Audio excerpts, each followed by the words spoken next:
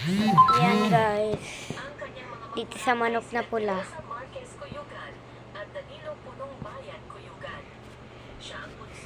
Pumunta kayo dito guys, oh. Wait lang ah. I-research nyo lang manok. Yan, makikita nyo yan. Tapos pagka pinindot nyo yan, pagka pinindot mo, pipindutin mo. Ulit nga. Makikita mo yan nun.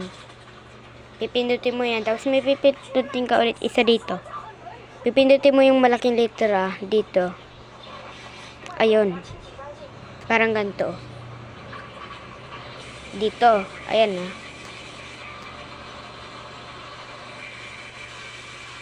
Pag kami nakita kang ganyan, okay na. Pindutin mo lang. Dito mo pindutin, oh. Oh.